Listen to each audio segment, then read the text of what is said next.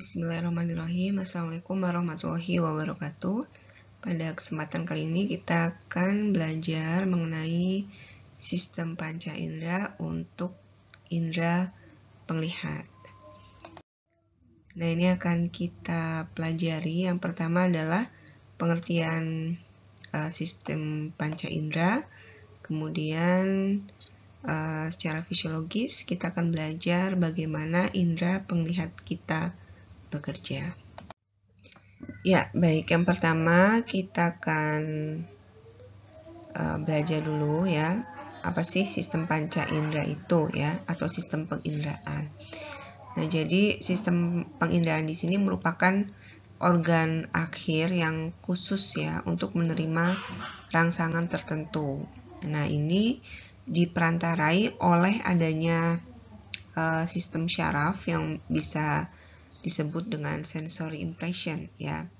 Nah, untuk rangsangan-rangsangan ini berupa sentuhan, pengecapan, penglihatan, penciuman, dan suara. Yang ini disebut dengan sistem panca indera. Ada 5 indera yang kita punya ya. Nah, dapat juga muncul adanya sensasi atau rasa berupa lapar, haus, sakit, panas, dingin, bising, dan lain-lain yang ditimbulkan oleh sensory impression itu tadi ya. Nah, kemudian untuk organ indera di sini adalah sel-sel tertentu yang dia dapat menerima stimulus dari lingkungan luar atau dari tubuh kita sendiri ya. Akan menjadi impuls, kemudian dia akan disampaikan melalui serabut syaraf menuju susunan syaraf pusat. Nah, adapun setiap organ indera ini dia menerima stimulus tertentu karena sudah punya tugasnya sendiri-sendiri ya untuk dapat mengirimkan impuls dan juga menginterpretasikannya dalam sensasi tertentu ya. Misalnya untuk indera pengecap lidah, dia punya tugasnya sendiri-sendiri, bagian lidah mana yang menimbulkan rasa manis, misalnya asin sebelah mana, pahit sebelah mana gitu ya. Nah, untuk klasifikasinya organ indera umum ini ada reseptor peraba yang terdapat di seluruh tubuh. Kemudian untuk organ indera khusus, ini contohnya adalah papil lidah ya. Jadi organ pengecap ya, yang dia merupakan lidah ya. Nah, kemudian secara umum sistem penginderaan tubuh manusia dibagi menjadi 5 ya, atau disebut dengan sistem panca indera, sistem panca indera ya. Yang pertama indera penglihat, organnya adalah mata. Kedua indera pendengar, organnya adalah telinga. Ketiga indera peraba, organnya adalah kulit. Keempat indera pengecap, organnya adalah lidah. Dan kelima indera pencium, organnya adalah hidung.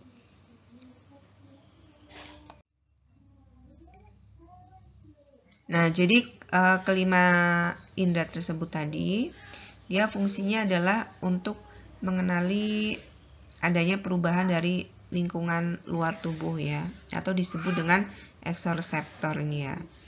Nah, kemudian reseptor tadi berfungsi yang ada dalam tubuh kita disebut dengan introreseptor, berfungsi untuk mengenali lingkungan di dalam tubuh ya. Misalnya adanya nyeri, kadar oksigen atau karbon dioksida yang terlalu tinggi atau kurang ya, dan kadar glukosa serta yang lainnya. Ini berkaitan dengan sistem tubuh.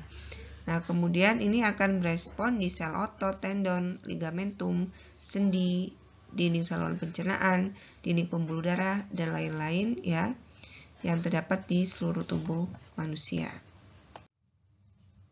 Baik, untuk bahasan pertama ini kita akan membahas sistem indera penglihat dengan organ yang bekerja adalah mata ya. Nah, kita sudah paham ya bahwa mata merupakan organ yang dia punya reseptor khusus untuk mengenali adanya perubahan sinar dan warna. Jadi bisa membedakan terang, gelap, juga warna ya.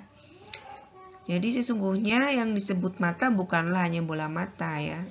Jadi termasuk di dalamnya adalah otot-otot yang menggerakkan bola mata sehingga dia bisa melihat dengan jelas ya. Kemudian kotak mata di sini maksudnya adalah rongga ya, tempat mata itu berada, letaknya di tengkorak ya, dan dia melindungi bola mata dari terjadinya kerusakan.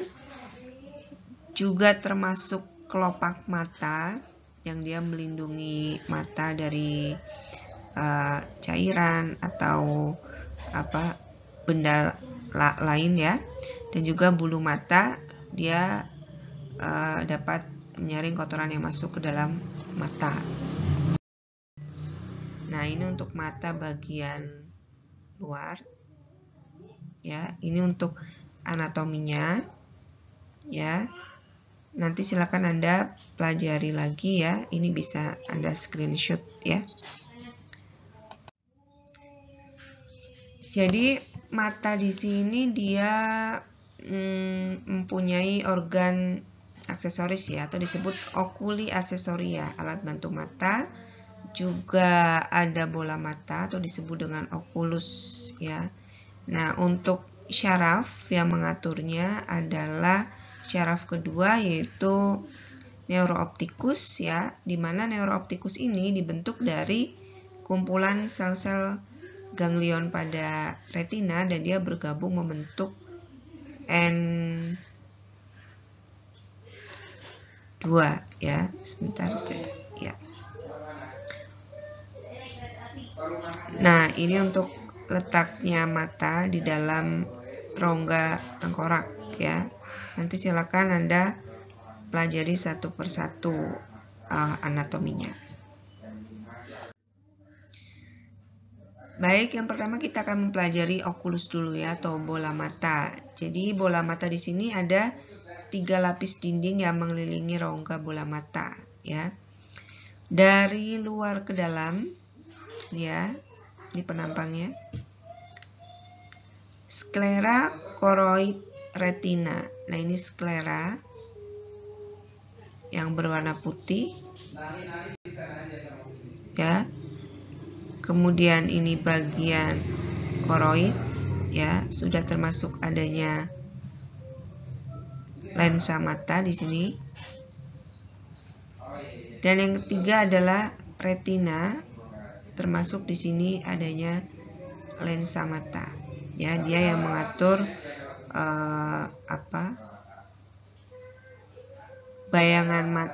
bayangan itu jatuh di mana sehingga gangguan penglihatan bisa terjadi di retina ini. Misalnya rabun jauh, rabun dekat gitu ya. Nah, selanjutnya ini adalah anatomi dari bola mata ya. Di sini yang pertama kita ada sklera dulu tadi ya. Nah, ini lapisan sklera yang paling luar. Sampai sini ya, sklera. Kemudian ada koroid di sini, ini koroid ya. Selanjutnya adalah retina, ini retina ya. Di sini ada bagian lensa mata ini ya. Kemudian ruang anterior ya, ini kornea. Ini ada pupil ya. Yang hitam-hitam itu dia bisa melebar, bisa menyempit tergantung banyaknya cahaya yang masuk. Kemudian ini adalah iris. Ini bagian posterior, ruang posterior. Kemudian ini disebut dengan limbus. Ini adalah ligamen suspensori ya, berupa otot ya, bagian dari otot. dan ini yang disebut dengan aura serrata, ya. Kemudian ya ini yang dimaksud badan siliar, ya, atau ciliary body. Ini yang dinamakan konjungtiva, ya, di bagian dari kelopak mata, ya, ini ya. Ocular konjungtiva. Ini adalah fornix. Ini bagian dari palpebral konjungtiva, ya. Ini bulu mata, ya. Ini bulu mata. Selanjutnya ini yang disebut dengan vitreous chamber, ya. Ruang di bola mata. Ya, ini ada fovea. Dan ini yang disebut syaraf-syaraf optik, ya. Ini syaraf-syaraf optik.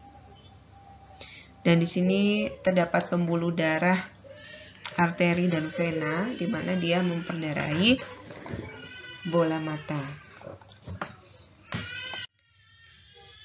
Nah, ini untuk penampang melintang dan ini penampang anteriornya. Ini sklera, ya. Kalau kita menyebut sklera itu yang putih-putih, di mana dia terdapat banyak pembuluh darah.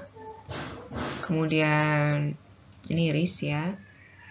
Warna mata terlihat di iris, dan ini pupil atau orang-orangan mata yang dia bisa melebar dan memendek sesuai dengan jumlah dari cahaya yang ditangkap oleh mata, ya. Ini untuk drainase air mata.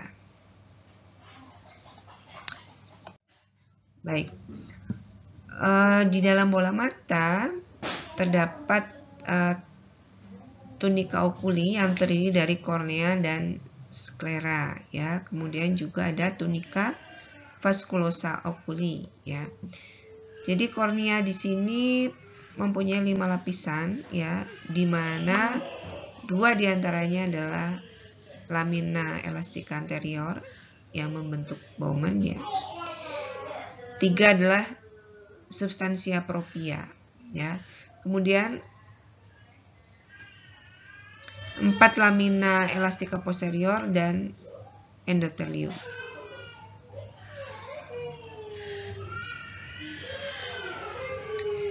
Kemudian kornea ini tidak mengandung pembuluh darah, ya, dan terdapat sclerocorneal junction, di mana ini merupakan peralihan antara kornea dan sklera, ya. Kemudian di bagian tunika oculi ini terdapat sklera, yaitu bagian dari mata yang berwarna putih tadi, ya, dan banyak terdapat pembuluh darah.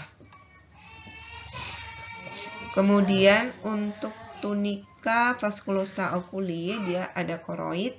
Fungsinya adalah memberikan nutrisi pada tunika. Kemudian ada corpus ciliaris, dia membantu untuk proses akomodasi, jadi berperan dalam kerja musculus ciliaris. Dan terdapat iris, jadi di iris ini banyak mengandung pigmen, ya. Dan di tengahnya terdapat pupil, tadi, ya, sudah saya jelaskan, dia berfungsi untuk mengatur intensitas cahaya yang masuk ke dalam mata. Juga terdapat 2 otot, ya, yang membantu pupil untuk bekerja, yaitu musculus sphincter pupila dan musculus dilator pupil, ya. Nah, ini lapisan dalam mata, ya. Bentuknya seperti ini. Nanti bisa Anda pahami lagi, ya, yang ini. Selanjutnya ini yang disebut dengan fundus oculi. Fundus adalah bagian dari bola mata yang mengembung, ya. Ini disebut dengan fovea, ini macula lutea, ya. Ini disebut dengan blind spot. Ini, ya. Dan ada central retinal artery dan vein emerging from center of optic di sini, ya. Ini pusat dari pembuluh darah arteri dan vena ya, yang dia menuju ke bola mata. Selanjutnya adalah tunica nervosa ya. Di sana terdapat retina di mana terdiri dari pars optica, pars ciliaris dan pars iridica. Nah, ini retina mempunyai 10 lapisan ya. Terdapat satu lapisan yang berpigmen, kemudian lapisan 2, 4, dan 5 ini fotoreseptor, dan lapisan 5, 6, 7, 8, 9 ini merupakan lapisan neuron dan lapisan 10 sebagai lapisan penunjang. Jadi retina ini berlapis-lapis, ada 10 ini ya. Nah, untuk selanjutnya adalah cairan mata ya. Di sini yang pertama ada aqueous humor ya. Jadi cairan ini adalah cairan yang terdapat di rongga mata bagian depan, dihasilkan oleh proses ciliaris. Dia masuk ke dalam posterior dari bola mata ya, melalui sudut-sudutnya, kemudian kembali lagi ke bagian anterior melalui kanalis Schlemm ya, dan masuk ke ciliaris anterior. Kemudian ada lensa kristalina. Bentuknya itu bikonkav, dia terletak antara iris dan corpus vitreus ya. Juga sangat elastis, di mana dia diikat oleh ligamentum suspensorium lensa. Lensa ini punya 5 lapisan. Dan yang ketiga adalah corpus vitreus ya. Ini merupakan cairan bening kental seperti agar ya. Letaknya antara lensa dan retina. Dan 80% dari bulbus oculi ini ya. Jadi bola mata 80%-nya adalah corpus vitreus ya. Jadi yang mengakibatkan bola mata tidak kempes gitu ya. Nah, untuk bagian dari mata selanjutnya adalah ada sklera ya. Ini jaringan ikat ya dengan serat yang kuat. Kemudian sklera di sini adalah lapisan pelindung luar dari bola mata yang paling luar ya, berwarna putih buram, dia tidak tembus cahaya. Dan bagian depan bersifat transparan, disebut dengan kornea ya. Untuk konjungtiva di sini dia merupakan lapisan transparan yang melapisi kornea dan kelopak mata. Fungsinya adalah untuk melindungi bola mata dari gangguan ya. Selanjutnya ada koroid ya. Koroid itu bagian dari mata yang berwarna coklat kehitaman sampai dengan hitam ya. Lapisan ini berisi banyak pembuluh darah yang memberi nutrisi dan oksigen terutama untuk retina. Kemudian warna gelap pada koroid ini berfungsi untuk mencegah refleksi. Refleksi adalah pemantulan dari sinar yang masuk ya. Untuk dua bagian depan ini, koroid membentuk badan ciliaris ya.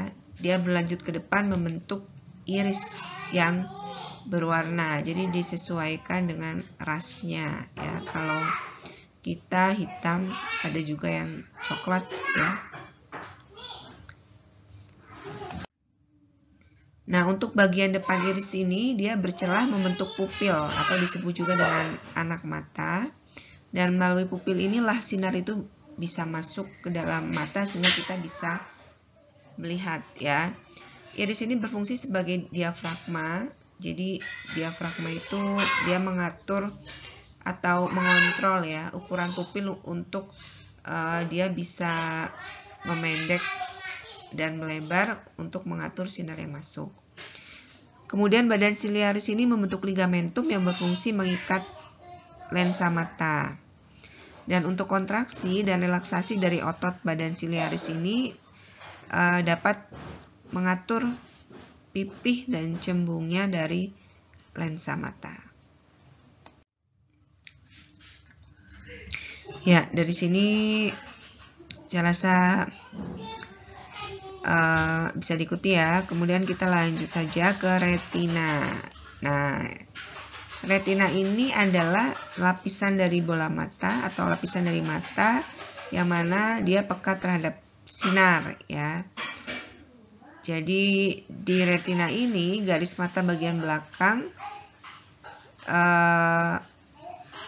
yang mengakibatkan penglihatan diproses ya. Pada seluruh bagian retina ini berhubungan dengan badan sel-sel syaraf yang serabutnya membentuk urat syaraf optik yang memanjang sampai ke otak.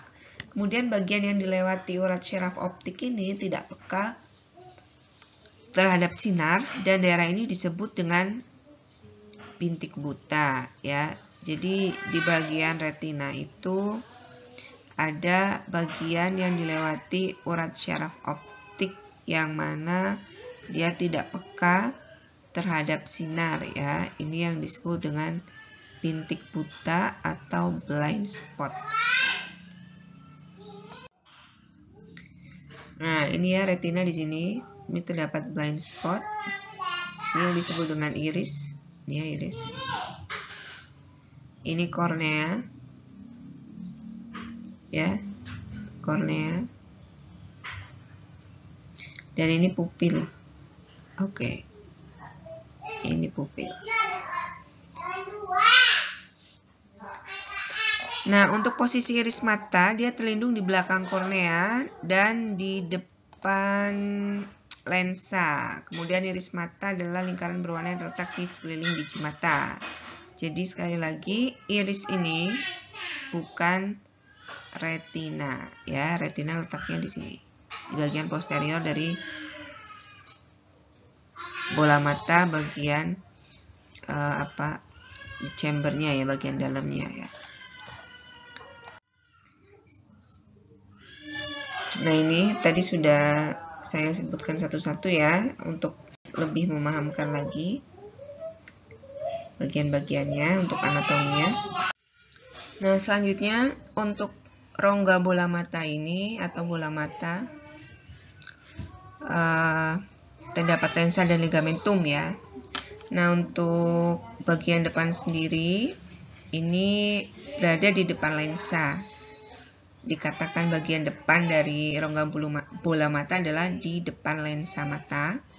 Isinya adalah cairan yaitu aqueous humor. Kemudian untuk bagian belakang ini letaknya di belakang lensa mata. Berisi cairan juga disebut dengan vitreous humor ya. Nah, cairan ini fungsinya adalah untuk menjaga lensa agar selalu dalam bentuk yang benar. Jadi mempertahankan posisi lensa mata ya. Nah, untuk selanjutnya kita akan belajar mengenai organ oculi accessoria. Yang pertama ada cavum orbita, dia dibentuk oleh os frontalis ya. Os zygomaticum, kemudian os sphenoidal, os ethmoidal, os palatum, dan os lacrimal. Nah, ini nanti akan kita pelajari lebih detail saat kita mempelajari sistem muskuloskeletal ya. Untuk sistem skeletalnya yaitu anatomi tengkorak ya.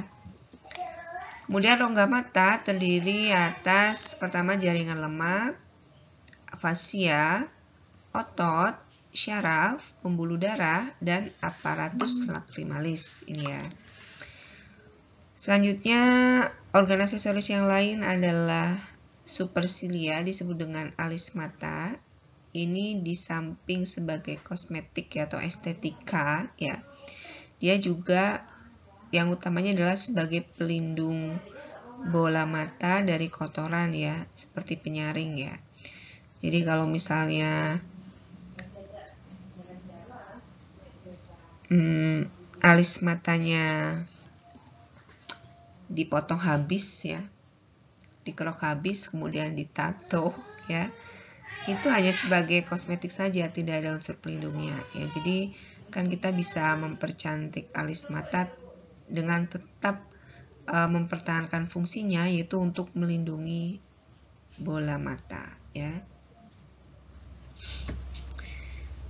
Jadi kalau misalnya berkeringat dahinya, dia kan bisa ditahan oleh alis ya. Kalau alisnya digantikan dengan gambar ya, tato, dia akan langsung masuk ke mata ya. Seperti itu. Kemudian untuk palpebra atau kelopak mata, ya, ini yang mengakibatkan mata bisa membuka dan menutup. Ada bagian superior dan inferior. Yang menggerakkannya adalah musculus levator palpebra. Di sana terdapat bulu mata atau disebut dengan cilia. Dan terdapat tarsus, ya, bagian kelopak mata yang berlipat-lipat. Nah, ini juga tarsus ini bergantung pada rasnya apa, ya. Pada ras tertentu dia tidak berlipat-lipat, ya, sehingga matanya nampak kecil gitu, ya. Di tarsus ini terdapat kelenjar tarsalia dan sebasea, ya. Fungsinya adalah melindungi bola mata tadi. Ya, jadi ada double pelindung. Yang pertama alis mata, kedua kelopak mata. Sama, ya, kelopak mata juga di samping fungsinya ini ada fungsi kosmetik dan estetika, ya. Ya, intinya kalau mau membuat indah jangan melupakan fungsinya itu apa gitu, ya, sehingga masih tetap berfungsi sebagaimana mestinya.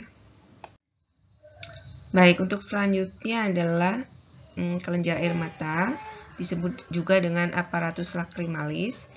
Jadi kelenjar air mata ini menghasilkan air mata, ya. Nah, air mata yang dihasilkan oleh kelenjar lacrimalis superior dan inferior ini dialirkan melalui ductus excretorius lacrimalis menuju ke saccus conjunctiva di bagian depan bola mata, ya, menuju ke sudut mata, ya, melalui kanalis lacrimalis, ya, untuk dialirkan ke meatus nasalis inferior melalui ductus nasolacrimalis. Kemudian yang kelima adalah konjungtiva. Jadi konjungtiva ini adalah permukaan bagian dalam kelopak mata, ya, disebut juga dengan konjungtiva palpebrae, ya. Ini yang mengindikasikan apakah seseorang menderita anemia atau tidak itu dapat dilihat pada konjungtivanya. Jadi pemeriksaan bola mata, mata yang dilihat konjungtivanya, ya. Konjungtiva yang melekat pada bola mata disebut dengan konjungtiva bulbi. Jadi yang kita lihat adalah bagian konjungtiva yang melekat pada bola mata, yaitu konjungtiva bulbi. Nah, di sini terdapat banyak kelenjar limfe dan pembuluh darah. Jadi semakin merah berarti semakin banyak darah yang mengalir ke sana, ya. Jadi asumsinya adalah tidak anemia, tapi semakin pucat semakin mengindikasikan terjadinya anemia, gitu, ya. Ini di konjungtiva. Jadi konjungtiva ini merupakan selaput transparan yang melapisi kornea dan bagian dalam kelopak mata. Kenapa transparan? Kok bisa berwarna? Ya, karena banyak pembuluh darah di sana, ya. Kemudian ini peka terhadap iritasi. Jadi kalau misalnya terjadi infeksi, dia bisa gampang sekali untuk mengalami peradangan, ya. Jadi sangat merah gitu, ya. Penuh dengan pembuluh darah dan serabut syaraf tadi, ya. Nah, ini radang konjungtiva disebut dengan konjungtivitis. Biasanya radang pada konjungtiva di sini juga bisa mempengaruhi bagian sklera, ya. Untuk mencegah terjadinya kekeringan, konjungtiva ini dibatasi dengan cairan yang keluar dari kelenjar air mata, yaitu kelenjar lakrimal yang letaknya di bawah alis, ya. Nah, untuk air mata di sini dia mengandung lendir, garam, dan antiseptik dalam jumlah kecil, ya. Jadi air mata itu ada fungsinya juga untuk membersihkan mata dari kotoran atau bakteri, ya. Jadi kalau merasa matanya kotor, menangislah gitu, ya. Enggak, ya. Oke. Selanjutnya untuk air mata ini dia berfungsi sebagai alat pelumas, ya, dan mencegah masuknya mikroorganisme ke dalam mata tadi, ya. Nah, makanya kalau kondisi mata kita sangat kotor, ya, paginya kadang kita saat berkaca banyak sekali kotoran mata yang menumpuk di palpebrae. Nah, itu karena saat tidur dan mata terpejam dalam jangka waktu yang lama, air mata ini dia berfungsi secara maksimal untuk membersihkan bola mata ya. Nah, ini kelenjar air mata ya. Jadi ini kelenjar lacrimalis ya, berada di sudut mata bagian atas ya. Dia membasahi bola mata keluar melalui ductus ya ke bagian nasalis. Selanjutnya adalah otot mata. Jadi ada 6 otot mata yang berfungsi memegang sklera. Maksudnya dia berfungsi untuk menjaga sklera lah ya, agar dia bisa bekerja dengan maksimal sesuai dengan fungsinya maksudnya ya. Nah, 4 diantaranya ini disebut dengan otot rectus ya. Ada rectus inferior, superior, eksternal, dan internal. Nah, otot rectus ini berfungsi menggerakkan bola mata ke kanan, kiri, atas, dan ke bawah ya. Nih, kalau suka lirak-lirik ininya berarti sangat terlatih ya otot rectusnya. Nah, 2 lainnya adalah otot oblik atas atau superior dan otot oblik bawah atau inferior. Nah, ini ya otot-otot bola mata. Ini bagian superior oblik ya, otot oblik. Kemudian ini superior oblik tendonnya, ini tendonnya ya. Kalau ini otot, ini tendon. Kemudian ini otot rectus ini ya, bagian superior. Ini otot lateral rectus ya. Ini otot oblik inferior. Ini otot rectus inferior ya. Dan ini rectus medialis. Ya. Kalau dilihat dari depan ini ya. Ini bagian lateral rectus, ini bagian medial rectus, ini bagian superior oblik, superior rectus, inferior oblik. Ya. Ini yang membuat mata bergerak atas ke bawah, kiri kanan. Ya, oke. Nah, ini untuk otot-otot di dalam bola mata ya. Jadi ini fungsinya. Yang dapat mengangkat kelopak mata adalah otot levator, palpebralis superior dan inferior. Kemudian yang mengakibatkan mata bisa menutup ya, secara sadar ya maksudnya, adalah orbicularis oculi, musculus orbicularis oculi. Kemudian yang mengangkat bola mata ke bawah adalah rectus oculi inferior.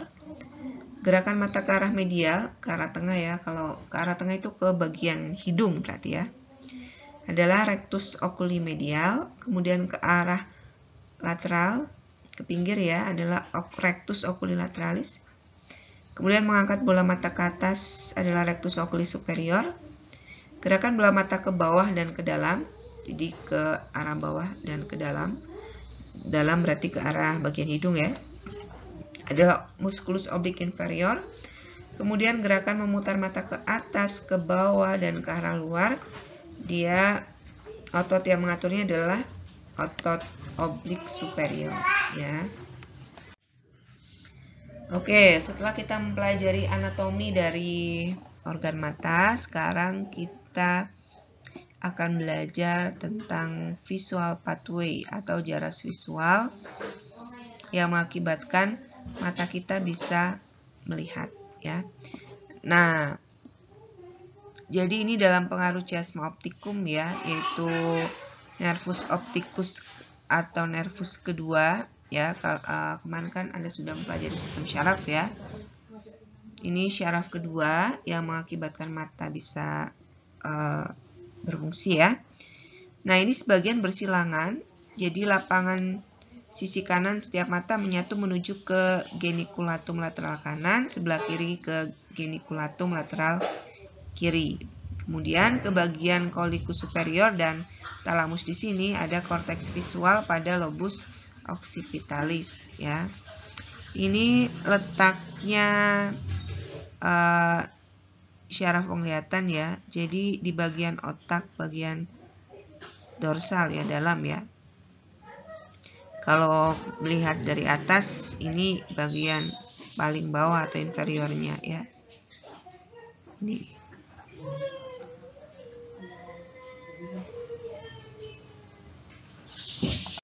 Baik, nah untuk selanjutnya kita akan belajar mengenai fisiologi mata bisa melihat ya. Jadi saat sumber cahaya masuk ke dalam mata ini ya, sumber cahaya masuk ke dalam mata melalui kornea ya, melalui kornea di sini. Dia akan melewati pupil ya, akan melewati pupil mata ini. Kemudian lebar pupil ini akan diatur oleh iris ini ya. Jadi semakin cahaya yang masuk sedikit, dia kerjanya itu pupil akan semakin berat ya, sehingga akan semakin lebar. Nah, kemudian ini akan dibebaskan oleh lensa ya, sehingga akan terbentuk bayangan di retina di sini. Sifatnya adalah nyata, namun terbalik dan diperkecil ya. Yang sampai di retina itu seperti itu. Kemudian kita bisa menginterpretasikannya itu karena adanya sinyal ya yang meneruskan ke otak ya, yaitu melalui sel-sel batang dan sel kerucut ya. Dia meneruskan sinyal cahaya melalui saraf optik ya di sini. Nah, kemudian setelah diolah di otak, otak ini membalikkan lagi bayangan yang terlihat di retina tadi ya, sehingga menginterpretasikannya dalam bentuk nyata sesuai dengan aslinya gitu ya. Selanjutnya untuk terminologi penglihatan ya. Jadi di sini ada emetropia, disebut dengan normal vision ya. Jadi kalau mata kita normal berarti emetropia. Kemudian hipotropia di sini untuk istilah rabun dekat ya, maaf ini kurang kurang T. Dan untuk miopia adalah rabun jauh ya. Untuk presbiopia di sini mata tua ya. Dan ada astigmatisme ya, di sini dia tidak bisa membedakan garis lurus ya, disebut juga dengan silinder ya. Ini astigmatisme. Kemudian ada katarak. Di sini ini ya, terjadinya kristalisasi yang abnormal di dalam lensa mata ya. Biasanya katarak ini bisa menjadi indikator adanya penyakit diabetes, atau bisa juga karena terjadinya luka di mata ya, mungkin karena trauma ya, dan karena keturunan juga bisa ya. Kemudian ada amblyopia, yaitu poor vision. Di sini matanya kurang bisa melihat dengan baik ya, karena faktor usia bisa ya.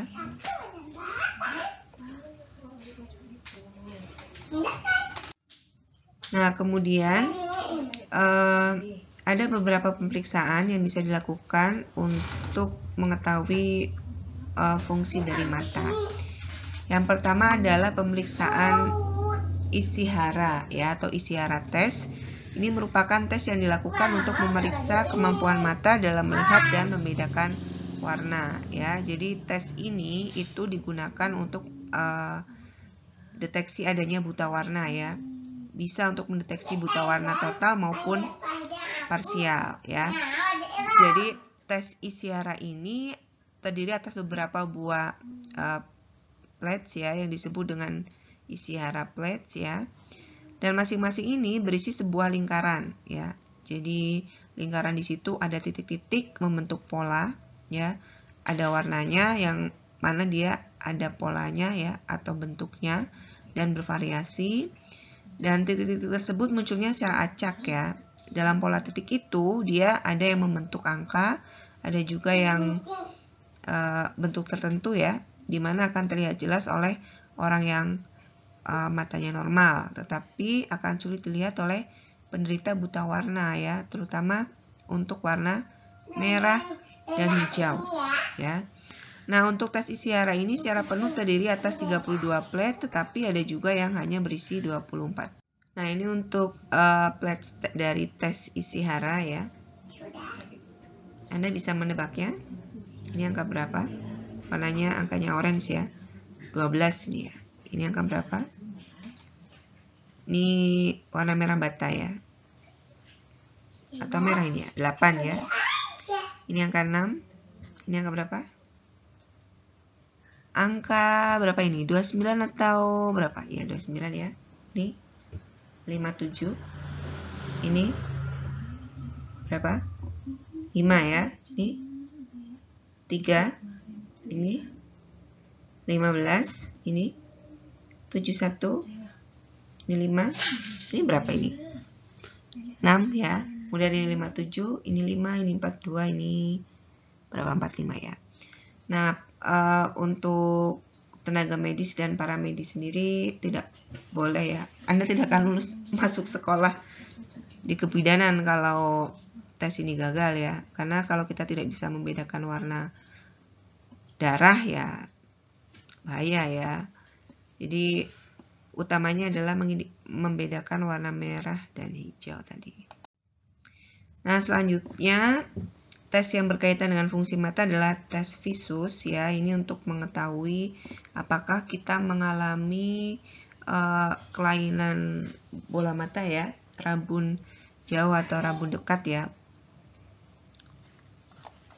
dan ataupun silinder ya. Jadi visus mata di sini adalah tes ketajaman penglihatan, dilakukan untuk mengetahui kemampuan mata melihat objek dengan jelas dalam jarak tertentu. Ini dapat mendeteksi adanya gangguan refraksi dari otot mata ya. Nah, tujuannya sendiri melihat kemampuan resolusi spasial mata dalam bentuk 2 titik ya, serta kemampuan membedakan bentuk dan detail suatu objek pada jarak tertentu. Nah, tes ini biasanya digunakan sebagai cara untuk mengetahui kelainan refraksi mata tadi ya. Mata minus, rabun jauh, rabun dekat, silinder tadi ya. Ini untuk jarak pandangnya ya.